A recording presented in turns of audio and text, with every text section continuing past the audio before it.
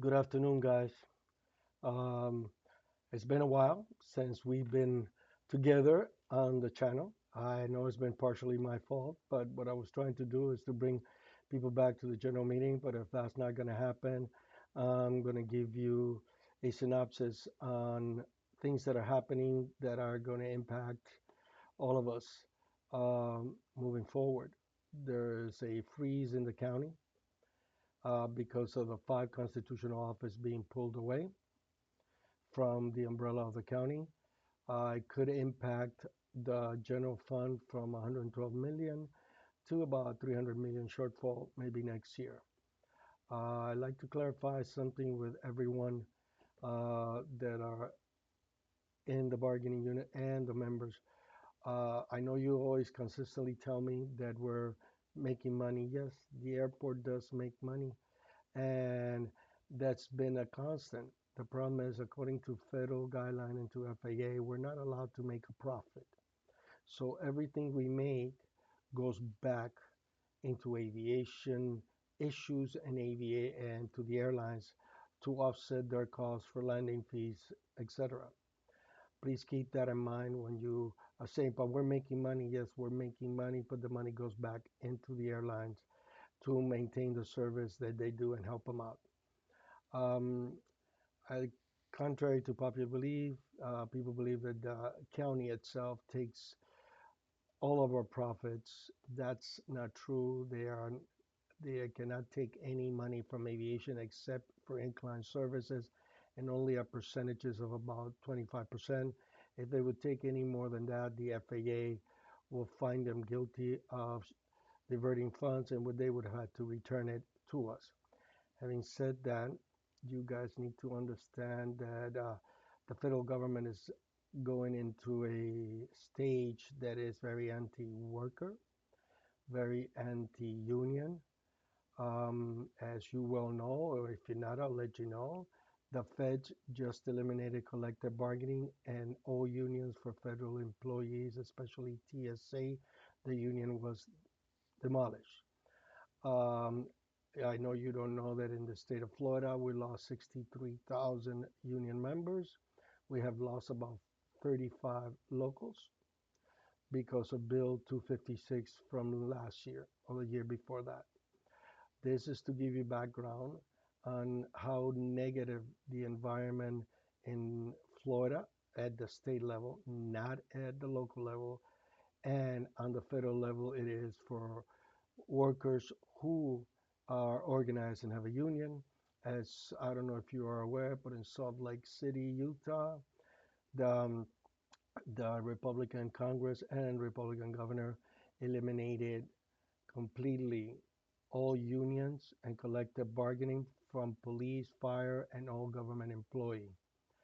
What that means is they cannot do anything or negotiate anything, and the government entity can take benefits, change benefits.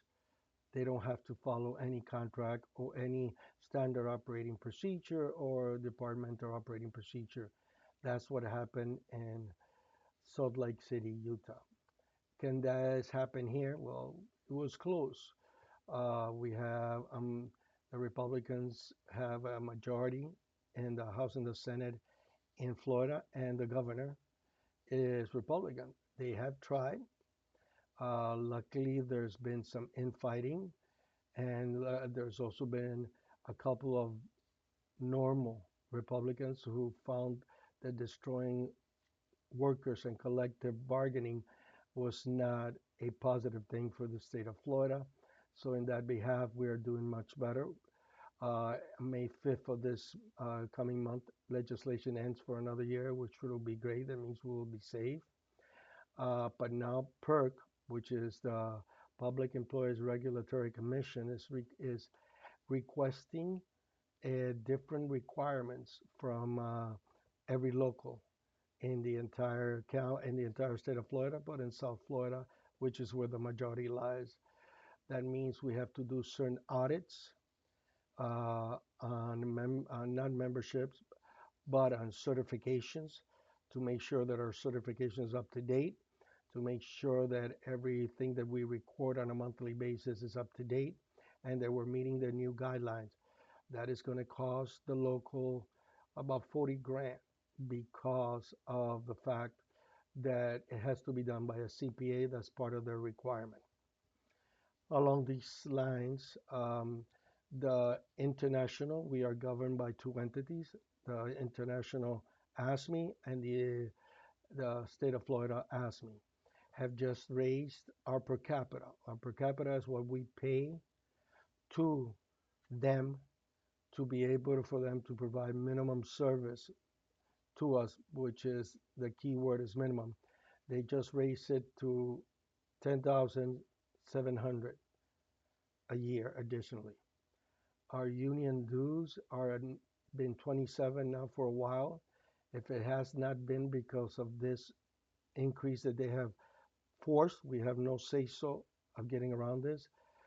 The first pay period in May, I will be raising union dues to $30 per person biweekly. Um, Hopefully, you guys understand the fact that if they raise to us, we have to offset the cost. If there's any question on uh, what the president, yours truly, vice president, treasurer, do with the money, or if we're making tons of money, please feel free to call us, ask us, and we will show you what our salaries are and what we do with that money, what we have to use it for. Mind you, we already did that at the beginning of last year. Before the exception, we were lower E. We were showing you salaries and what we use the funds for, which is the office equipment, and sometimes if we have to get a consultant on certain issues. If you have any question on the increase or dues, please call me at 305 905 5914. Another issues that are kind of up in the air, what is happening, what is happening in on a federal level sooner or later could impact the entire local and across this country, but nothing has been put out officially. I will keep you informed, but we are expecting more attacks on a federal level to deal with union individuals and collective bargaining and union contracts. Our contract is still good until April of next year when we will sit again to negotiate. The county has frozen every position countywide. We have gotten an exemption for hiring due to the fact that we don't use taxpayer money. So that's a plus for us. So there's still some hiring going on. There are still reviews being done on different classification across the county to try to bring them to a salary where we can attract people to come and interview and take jobs. Because one of the problems we were having as I sit in interview panels is that people come, they see the salary, and they do not stay. They won't take the job, they won't even take the interview. So that's being done countywide, but especially for aviation. The union spearheaded a year and a half ago to try to look at all classification, especially at the starting salaries, the low end, which is $16 to $17 to begin with on the operational part. That is not competitive as it is out there in the private sector right now. The people that come to government, they have an idea that benefits means money. All our benefits equal to about $15 to $20,000 are benefits that in essence in the long run will give you a revenue stream or the security of having a revenue stream. Most people don't care. What they're doing is going for the money and forget the benefits. So that's where our problem is beginning to get quite convoluted. There is certain reorganizations and restructuring in the maintenance area. We're also were able to have a labor summit with the mayor to address issues when it comes to training, to keep it internal and not have somebody from the outside come that doesn't know how we work, to also deal with the requirements that we get from the federal government, how we work multiple facets within each division, what our specific duties are, and what CBP, TSA, and FAA ask us to do. A lot of individuals downtown in positions of power, they quite don't get a good grasp of the differences between us and the rest of the county, especially when they were trying to implement a having vehicles that are electric. We do not have the infrastructure. We do not have the equipment to maintaining all the training. So we were able to get some of this true through the county management, and it's being reassessed. Um, as the local goals, I don't know if you are aware, but the other locals 199, 3292, water and sewer, which is 121. None of them met the certification based on Bill 256. 199 finally got it all straightened out due to the leadership of Theodora Brown, who is the president, and her entire e-board, which are very well versed. So they were able to get people re-sign in into having other forms of deduction from their check. We were spared having to go through that. As you all aware, we began it, but we were given an exception based on the C-113 for transportation, and we don't have to meet those requirements. But we will not know if any of this will change in the upcoming legislation in 2026. I have said all this to keep you as much abreast of the issues pending. We have arbitrations for termination. Um, that one will be taken to arbitration on the 10th of October. That I will keep you informed on how that goes, if we cut a deal before or if we have to take it and move it forward.